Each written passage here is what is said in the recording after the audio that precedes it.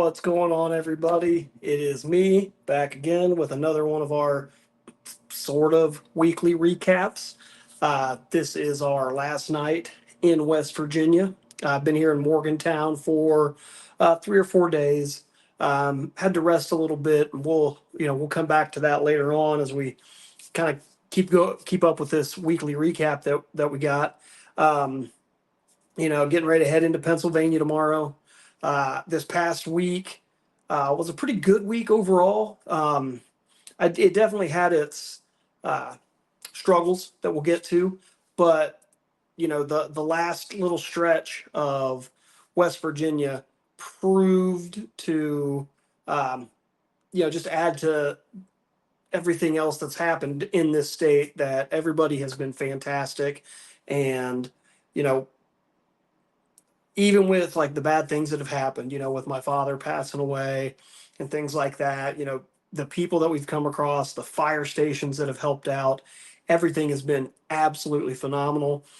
This episode probably won't be as long as the other ones, which I'm sure most of you are grateful for.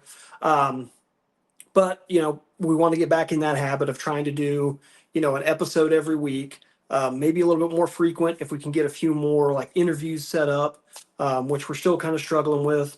The secretary of our nonprofit, Bill Bates, had heart bypass surgery, so he's kind of been out of commission, and so we're a person down as far as reaching out to people and things like that. But we're getting through, and uh, Bill's slowly healing, and we wish him the best. And there's no hurry on him getting back. We'll get through this. Um, but let's just jump right into it. So last week, you guys saw me. We did the recap when I was in Glenville, West Virginia. I had set up, I had plans. Big shout out to Adam, who had reached out to Weston, West Virginia's fire department, and their president, their union president, Jamie Bly. He ended up getting me a room in Weston for that night. Uh, so I took off out of Glenville. There were it was a nice little climb out to get out of the town. I stopped to grab a little bit of breakfast, and this was like the first curveball of the day. And I swear, this stroller has been like one of the banes of my existence for this trip. I mean, I guess it's kind of a thing where you get what you pay for, but I was going into McDonald's. Like I said, there wasn't much there, so I got to take what I can get as far as breakfast. And I'm pushing the cart into McDonald's. Actually, no, I had gone in and eaten, and the cart kind of felt a little wobbly. But as I was getting ready to leave and go across the street and start up out of town, the cart wobbled again. I looked down, and this was what I saw: another bent wheel. So that was pleasant. Luckily, I had bought two spare wheels before I came back to West Virginia after Dad passed. I just had them delivered to Clendenin. So when I got back, uh, they were waiting for me at the brewery slash Airbnb there in Clendenin. So slapped the tire on. Uh, I'm beginning to think that the issues with that, with the right side, obviously the first time the wheel bent when I was in Columbus, Indiana, somebody had backed into it and bent the spokes, and I whiffed on that and missed it. And then when the axle bolt broke in Clendenin the first time when I tried to leave town, uh, I'm starting to believe that it was the airless tube that I had on that side, because it's always been the right wheel that everything's kind of been going wrong with. Although I'm sure I just jinxed myself, and now the left wheel will start breaking up. But so I've decided to kind of abandon the airless tubes and just buy regular inner tubes, regular tires, and learn how to switch them out. I figure if I can put on the airless tube, then putting a regular inner tube and tire can't be that difficult. Ugh. So anyway, get the tire on. I get going. Kind of some rolling hills. Nothing too crazy to start off with. There were a couple bigger climbs later, but I got about 6-7 miles out of town and do what I usually do. I pull off the side of the road and pop my chair out, and I start having some snacks, kind of having some Gatorade. I knew there were a couple of big climbs coming up, so I try to get a little bit of rest. But as I'm sitting there, my good friend Adam Ansley, who's a high school friend of mine, junior high and high school wrestling teammate, he's been doing a fantastic job calling fire departments ahead of time for us, kind of arranging places to camp for the night. Being a firefighter himself and being the president of his union, it definitely helps us out to kind of get the foot in the door there. Um, but he was kind of connecting me with Jamie Bly, as I mentioned, who was the president out in West Virginia. And I'm sitting there and I see a white truck pull up, and it turned out to be Jamie, and he had brought one of the guys from the Department of Justice. And you can see here they loaded the cart up for me because that day was going to be a super long walk, and they were like, "Well, we'll take your cart if it'll make it easier on you." It was going to be a 28-mile day, and I was like, "Absolutely, guys!" So I put my waters and my Gatorades in my backpack. They took the cart and headed up the road towards Weston, and then I got on the road, threw my earbuds on, and was cooking. I I got to about 11 miles, and this is where like the issue for the week really began. I started feeling pain, and I mentioned it on the last episode. You know, I've got a screw in my SI joint, back of my hip, where my pelvis meets the spinal column, where your hip and your sacrum and everything go right there. When I was in my bike wreck, it fractured. They put a screw in it, and there had been times before where it had hurt, but I was able to it would go away after like a day or two. Wouldn't be a big deal. This time, the pain got to the point where like taking a step was hurting. So I got to about 14 miles. I've reached out to Jamie again. I'd sent him a text and I said, "Hey man, is there any way that you can come grab me, and then have somebody bring me back out here tomorrow so I can finish the miles? Because like I'm not going to make it into town, and like this thing that's going on with my back is hurting." And he said, "Yeah, absolutely." I was hoping he would pick me up about 17 miles in. I was going to try and tough it out, but it was just the way his schedule worked out. He got out there a little bit early, so he picked me up at 14 miles, got me in. Man, he introduced me to the guys at the firehouse. Started going through the dining options there in town. At first, I was going to get some barbecue because, you know, a big dude and I love me some barbecue. Uh, but there was prime rib at a little restaurant he said he used to work at when he was a kid, called Giovanni's. So we went over there. He bought my dinner. Jamie was an awesome dude through like the entire this last week or so here in West Virginia. He bought my dinner, takes me over to the hotel, and he had paid for my hotel room that night. Uh, Next morning, he comes to grab me, pick me up. I have my waters and my Gatorade. He dropped me off right where he picked me up. I finished my 14 miles to get back into Weston that day. One of the cooler things that I saw when I walked into Weston was they have a former asylum there, and it's actually the largest building that was stone cut by hand in the country. Uh, they had ghost tours and stuff. I really wish I had like the time and the money to go in and go on the ghost tour, but that's the way it is. I got into town that day, stopped and had some dinner at South Texas Barbecue. Mm, yeah, I got apparently the owners are from Texas, and they brought Texas barbecue to West Virginia, which was perfect. Again, I love barbecue. Um, I put myself up in the same hotel that night. Uh, Next morning, Jamie picked me up, and I believe it was about 22, 23 mile walk to Clarksburg, West Virginia. And the first, I don't know, 7 miles or so, I got to a little town called Jane Lou. Stopped in at a hot dog restaurant, and it was like right at that brink of breakfast and lunchtime. So uh, I asked if they had any of the lunch stuff because I'm not really a big breakfast food guy. You know, like I've been working third shift for so long that when I would get off work, even though it's breakfast time, like I want lunch and dinner type food. So I had a couple hot dogs, and I was just sitting down, relaxing for a few. I got back up and started walking again, and I could feel a couple of hot spots on my feet where I could feel like blisters were coming. So I pulled got my shoes and socks off, grabbed out my moleskin. You know, there was one on my left foot that was a little bit. It was actually starting to turn into a blister, so I cut a hole, put it on, put some tape over top of it. The hot spot, they were both on the instep, so it's part of where my shoe was rubbing. Put just the athletic tape on my right foot to cover up that hot spot. Kept going. About 11 miles in, 10 or 11 miles in, I got to Lost Creek. And from there, they have an old rail trail that you could walk to get into Clarksburg. And that's what I took the remainder of the way. Uh, this day, Jamie had picked up my cart and had taken the cart from Weston to Clarksburg. So that was a plus. I got to the Clarksburg Fire Department pretty late. I think it was about 7:30. And then, of course, the last part of my day was like an incline to get up their driveway because why not? Jamie takes me out for dinner again. We go to the Clarksburg Pizza Company. Had some excellent pizza there. There was an ice cream place next door, but I didn't want to chance it with dairy and my luck. Ugh. Anyway, I go back into the fire station. They're like, "Hey, do you need anything? Do you need to shower?" It's like, "Yeah, I'd love to take a shower because on this trip, showers can be rare." So I get in there and I start taking the athletic tape and everything off, and like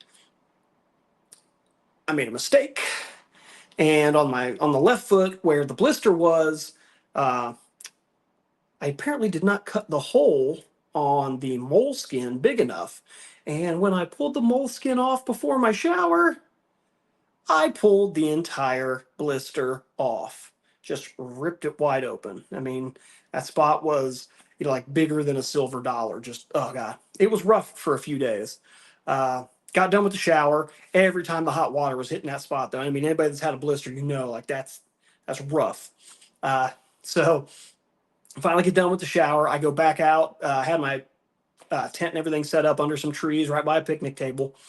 And I sat down and I went ahead and put more moleskin on my foot. This time I cut it even bigger and then taped it up. That way in the morning I could just kind of get going. Um, but had a good night's sleep. It was starting to cool down a little bit at night, which was fine because I'm a big dude and I like it when it's cool out at night rather than being 75, and super humid. I'm just not built for that. Got everything packed up. Because of the walk the day before and the blisters and how bad my, the screw that, whatever we want to call it, hip, back, pelvis, whatever, however, because of how much that was hurting and how tired I was, we only set up for about 11 miles to get to Shinston, West Virginia. Their fire department said, "Hey, you're more than welcome to camp out here."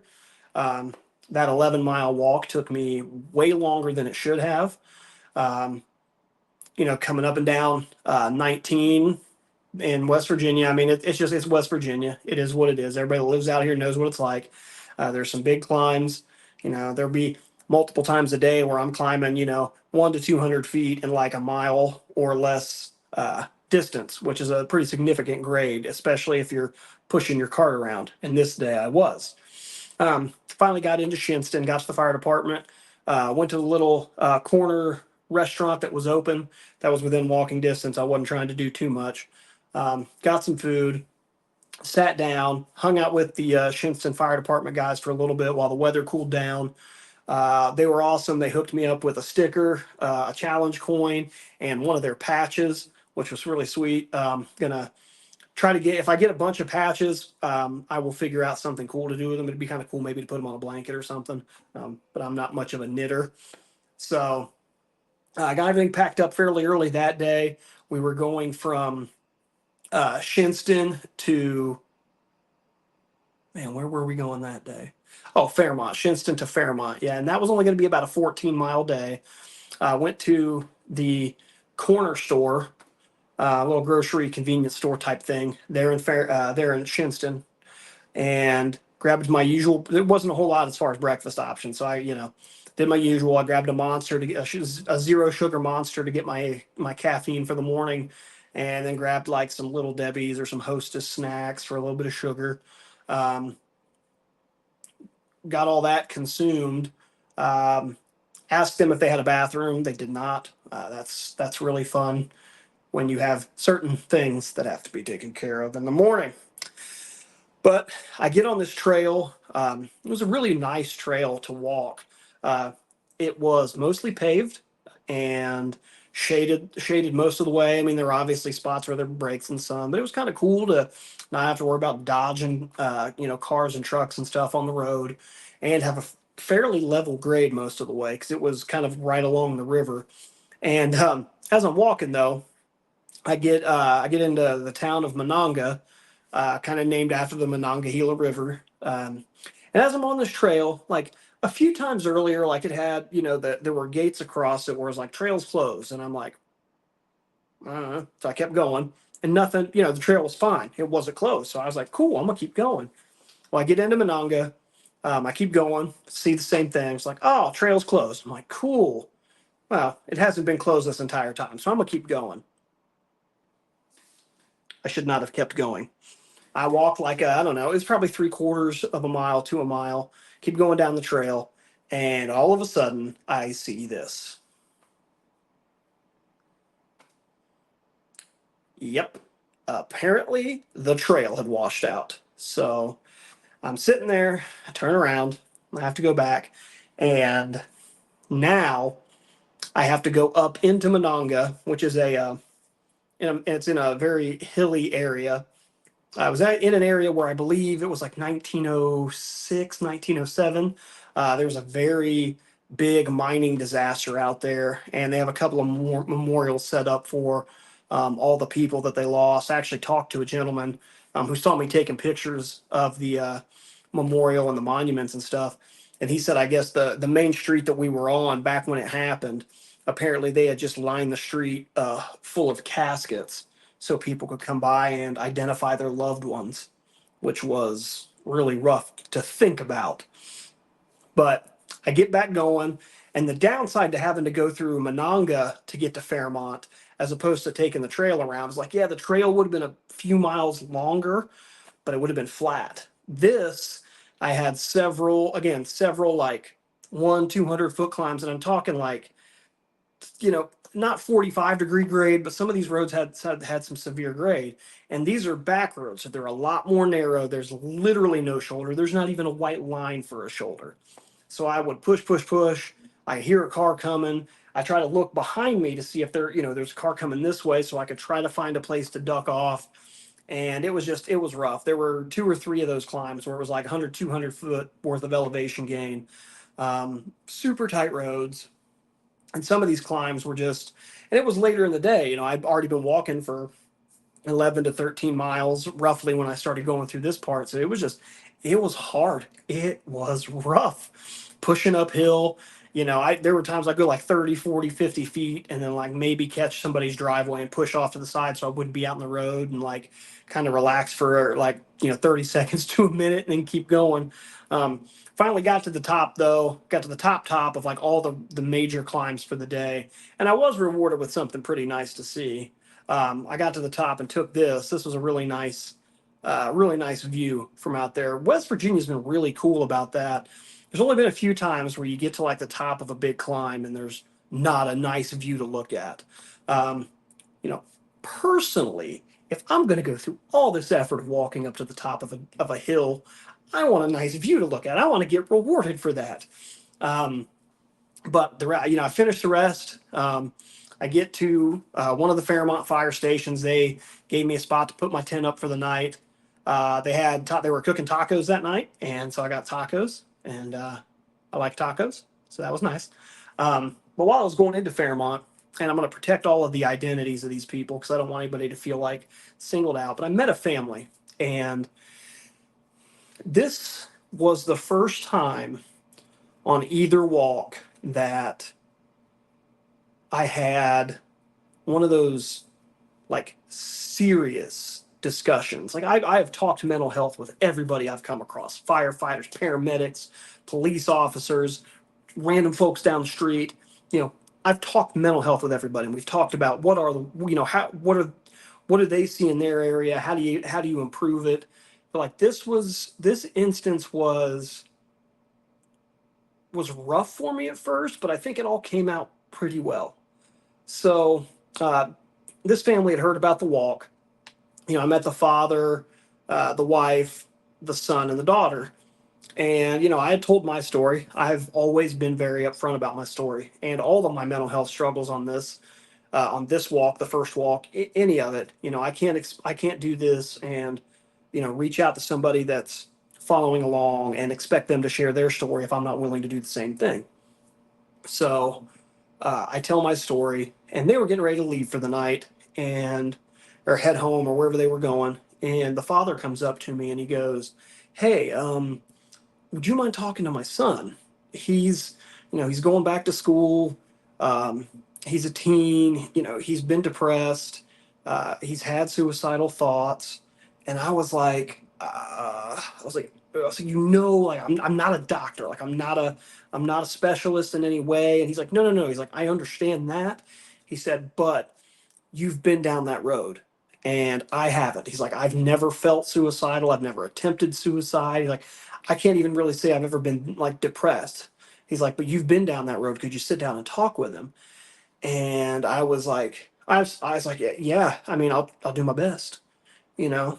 So I walk out and I sit down next to him and I was like, and at this point, guys, I have no idea what to say. I am completely at a loss. Like, how do I relate? I don't know where I'm going. This is going to be like me throwing spaghetti at the wall and seeing what sticks. But I ask him, we get to talking and I say, "Hey man," I was like, "Hey, what's going on?" And he tells me how, he is seeing a therapist and he is on medication, which is very good. But he says, I've had a lot of suicidal thoughts. I've tried it. Uh, you know, he's like, I'm depressed all the time. And I said, well, I was like, do you find that you're any more depressed at after some like a certain thing happens? Trying to help him kind of identify any potential triggers, like anything that could send him into a depressive episode. And he's like, not really. And I go, well, I said, have you, since you've been on medication, I was like, have your thoughts of suicide been worse or have they gotten worse? And he goes, well, not really. He hadn't been on them long. And I said, well, I was like, one thing I will tell you, I said, if they get worse while you're on your medication, immediately tell your parents and get to the doctor and get a new prescription. Because for whatever reason, and I'll never understand this, uh, everybody hears it like the side effect for antidepressants is may cause suicidal thoughts. And it's like, isn't that what we're trying to avoid? Um, so yeah, we sit, he's like, okay. And I go, well, I explained to him, for me, the thing that's kind of dug me out of the hole the most were these walks, were these goals, these purposes, right?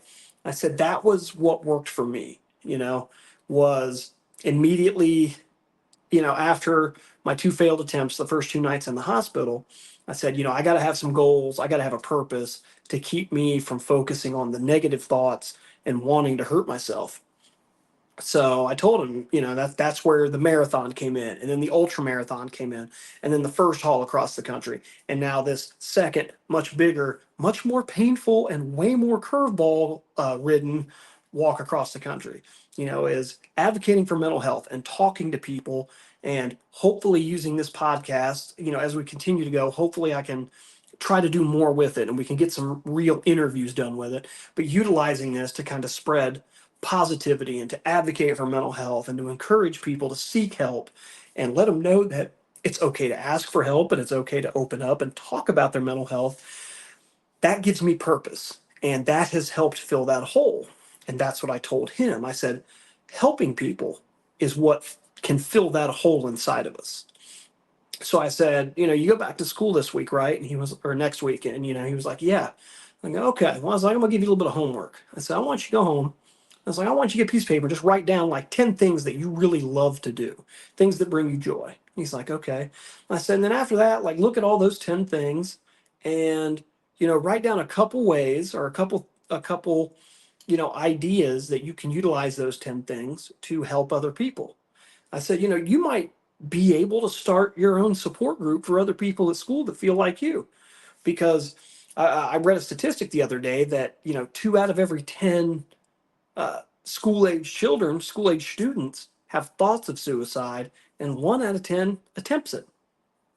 And I was like, so you don't know? I was like, man, I was like, there could be a bunch of other kids in your school that are your age that are going through similar things. I said, maybe you like playing video games and you want to be a streamer and you could stream and talk about mental health as you're streaming. I was like, just because you're young doesn't mean you can't do something to make impacts on other people. And the last thing that I said, and it was something that even I wasn't thinking about, back when I had my attempts. And I said, look, I was like, I'll be honest with you. I said, suicide will end your pain. You know, regardless of religious beliefs, we're speaking purely of the existence we have here now. If you committed suicide, I was like, yeah, your pain will be gone. I was like, let me guess. I was like, I'll assume that you love your mom and your dad and your sister. He was like, yeah, oh yeah. And I was like, their pain will be way higher. And they have to carry that for the rest of their lives. And it's like, and then they have a much higher risk of committing suicide or attempting suicide themselves. And then they're all going to have to go and be in counseling and therapy and things like that to deal with the potential fallout if you went through with this. And he was like, yeah, I guess you're right. So we finished up talking, and I said, look, I was like, the important thing is, like, anytime you have those types of thoughts, to reach out. I was like, there are people that care. And I was like, worst case, it was like, have your parents reach out to me through the Facebook page, and we'll see what we can do. We'll try to find some resources for you. And he was like, okay. He's like, hey, thank you. He's like, I really appreciate you sitting down. He's like, it makes a little bit more sense now. And I fist bumped him and I walked back, and like the entire time I'm having that conversation, I was like, and I've had conversations in general about mental health with hundreds of people as these two walks have gone on. This was the first one where the entire time I'm sitting there and I'm wondering, did I say the right thing? Was everything I said the right thing? Like, did was there a chance that I said something wrong? Like, I don't know. Everything felt good. He even texted his father later, and his father relayed it to me. He's like, tell him thanks again for sitting down and talking with me. Like, it did help, and like things they make more sense now. And he told me that, and I felt relieved, but at the same time, man, it was like you just wonder, like, I just hope I did everything right. Um, but I got going the next day out of Fairmont, stopped at a Dunkin' Donuts, and was having a little breakfast sandwich. Also tried their s'mores, like frozen coffee, which I think I got addicted to, and then had like a little apple spice donut. And I was scrolling 11 Warriors. Big shout out to them. I usually post recaps on their website as well, so the people that follow along there can uh, keep going that may not use social media and whatnot. But somebody had put a post up about like favorite game day memories, and I sat there, and I mean, the first one that came to mind was 5 years ago when I took my late father to his one and only Ohio State game. Even then in 2019, it was hard to get him to want to leave the house. So I bought the tickets, and I said, "Look, I got the tickets. You're coming with me." And I shamed him into it, guilted him into it. But we went to the game. I took him to Skull Session. Like, I wanted to give him the best like game day experience I could. And I put the picture up and I started talking about it. And the thing that got me there, for as I'm getting ready to start that morning, was like, that was the last time, like that 2 years ago on the walk, we would text each other, about the game, because I would always be able to have a signal. And at that time, somebody had shared their YouTube TV account with me, so I could pretty much watch every game as long as I had signal, and I had signal for everywhere. And a lot of the times, I would try to get a hotel room for a Saturday to watch the games as well if they were later on or whatnot. But Dad would always be texting me, and we would talk about the game. He'd be like, "Oh man, that was a great run." He's like, "Oh, defense looks like crap," or whatever, things like that. And I started thinking, and I'm sitting here in Duncan, and I was like, I posted the picture of us from that game. I was thinking, like, I'm not going to get that memory again. I don't get that this year. and I started tearing up in Duncan, and I really started thinking that in November of this year, November 23rd, uh, they actually play, Indiana plays at Ohio State, and that would be the 5 year anniversary to the day that my dad and I saw his first game. And I was like, I'd kill to have enough money, to be able to like fly home and see that game and take dad with, the medallion or with the pendant with his ashes so I could take him to another game. But we can't. So I got going that day. I started walking out of Fairmont. Fairmont had a few hills in it, kind of, few hills to climb in and out of to get out of it. Um, I stopped in Rivesville at a grocery store or a gas station, got a few snacks, got about 7 Gatorades because it was starting to get warm that day. Um, Again, Jamie Bly came through. He had arranged for someone to pick up my cart from Fairmont and take it all the way to Morgantown to the fire station where I was camping at that night. So again, I just had my backpack, which was nice because it was like a 22 mile walk, the route that I took. Uh, but yeah, I said sat in Ribsville. I drank like 2 or 3 Gatorades, tried to put some calories in, and I started walking again. And it was just like more of the same, just up and down. That's, we're in Appalachia. It's going to happen. I'm going to complain about it every single day, and I'm going to keep walking them. Uh, but I finally rolled into Morgantown around, I don't know, 5 o'clock ish, 5, 6 o'clock ish. I'm coming down the last kind of like main stretch here, and there was like a little farmer's market set up, and I stopped and was like looking because they had a big old crate of peaches. And peaches are like my kryptonite. They are my absolute favorite fruit when they're fresh. Like nothing beats like a fresh peach. I'm sitting there staring at these peaches, and there's a guy that was there, a younger guy, and he's like, "You look like you want one of them peaches." And I was like, I am definitely thinking about at least one of those peaches. And he goes, "Let me grab you one." So he grabbed like 3 or 4 and got one for me. And I told him and the 2 girls working about what I was doing because he was like, "Yeah," he's like, "You look kind of thirsty, so I figured you might be able to use one."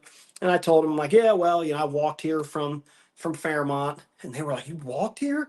And I was like, "Yeah." And actually, I just remembered this too. I didn't, earlier in the day walking to Fairmont, like after the whole like crying about my dad in Duncan. I was about 5 miles away from the station, 5, 6 miles away, and I walked by like a concrete plant, and off to my left there were a bunch of aluminum concrete forms that we used to use uh, when I worked with my dad for 3 or 4 summers pouring concrete walls, and I looked at them and I started to get like started kind of breathing heavy again because those were some of the times where like he and I would butt heads a lot because he was always super hard on me while we were out there. He was hard on me because he always told me like, "I don't want you to end up like me," as far as like having to do that for a living. But like that guy was the fastest worker out there. He was always one of the older guys, but nobody could keep up with him. He was just a machine. And it gave me something to try to like match, even though I was not even close. Um, but it was that work ethic that he taught me that sat with me and is part of who I am. It's part of the reason that when I was working in a warehouse that I was like the first dude in and last dude to leave most of the time. I put all my focus on work. I didn't put enough focus on managing. Um, but that's because my dad taught me like bust your butt, you know, work hard at work. There's nothing wrong with it. Although I'm learning that going above and beyond doesn't pay you anymore. So that's you have to weigh whether or not that's going to have a potential benefit for you with your company down the road. Um, but I saw those concrete forms sitting there, and I snapped a picture of them, and I was like, man, like that's 2 times in one day I've gotten emotional, and because when I'm walking, I don't really like I don't. I'm usually listening to music, and I don't really kind of focus on anything except just keep moving. And when I stop is when like thoughts start falling in on me, and that was one of them. But yeah, I tell the two girls and the gentleman what I'm doing, I was like, I pulled my pendant up, showed him the shirt. I was like, hey, Haul Across the Country on all social medias if you want to follow. I had, like a third of a mile left to get to the fire station. I didn't make it a tenth of a mile, and that peach was gone. It wasn't even fully ripe, but it was ripe enough for me to absolutely destroy. Um, I got to the fire station. The guys were amazing. Gave me a place to throw the tent down for a night. They had leftover dinners, tacos again. Again, you know me. I'm not saying no to home cooked food, especially something like tacos. We sat around and we kind of shot the bull for a long time. Um, and this was Thursday night when I got in.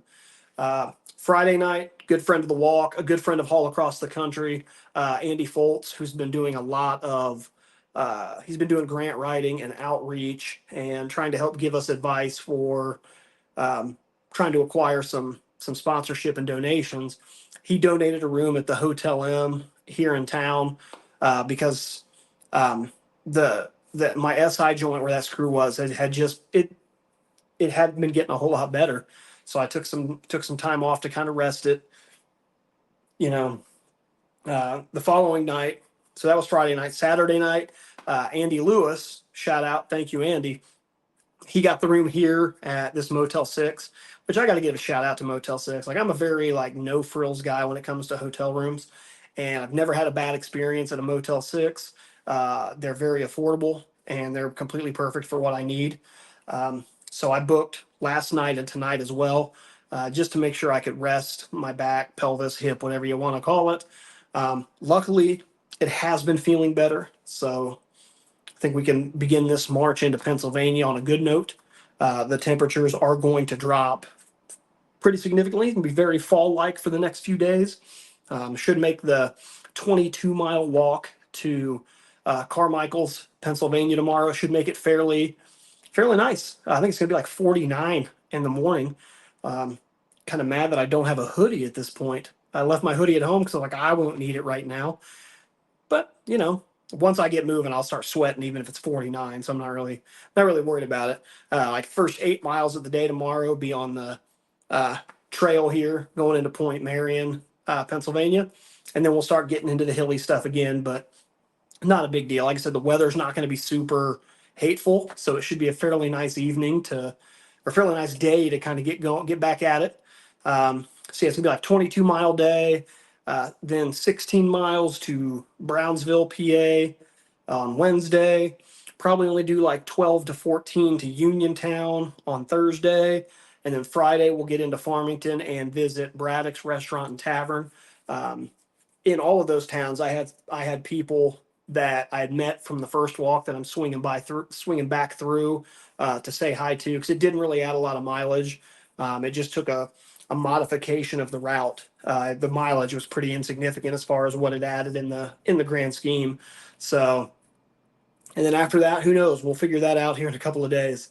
But just remember, guys, if you are struggling, please reach out. Reach out to someone. Reach out to anyone. Dial 988. All right, it is there for a reason. There are people there that can get you resources to help you. All right, I don't like the idea of anyone taking their life because we don't know what things that we could accomplish if we keep persevering, if we just keep going. And like my good friend BJ said, and I've used it from time to time on Facebook, and I had talked about it when I was on the first walk, and he kept bringing it up. He's like, when things get hard, he said the only thing you can do is just get to the end of the day, get to the end of the day, and go to sleep. And then when you wake up tomorrow, do it again. Wake up and then get to the end of the day. And if you put together enough of those getting to the end of the days, you'll get there. You'll find happiness. You'll find a reason to keep going. You will find your purpose. I guarantee it. But it is not always an easy route. All right. It is going to be hard, but you can do it. I believe in you. I love you guys.